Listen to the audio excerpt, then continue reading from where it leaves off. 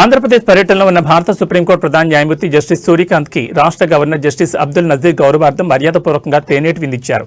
విజయవాడలోని లోక్ భవన్లో జరిగిన ఈ కార్యక్రమం అత్యంత వైభవంగా సాగింది. ఈ కార్యక్రమంలో రాష్ట్ర ముఖ్యమంత్రి చంద్రబాబు నాయుడు, ఉప ముఖ్యమంత్రి పవన్ కళ్యాణ్ ప్రత్యేక అతిథులుగా హాజరయ్యారు.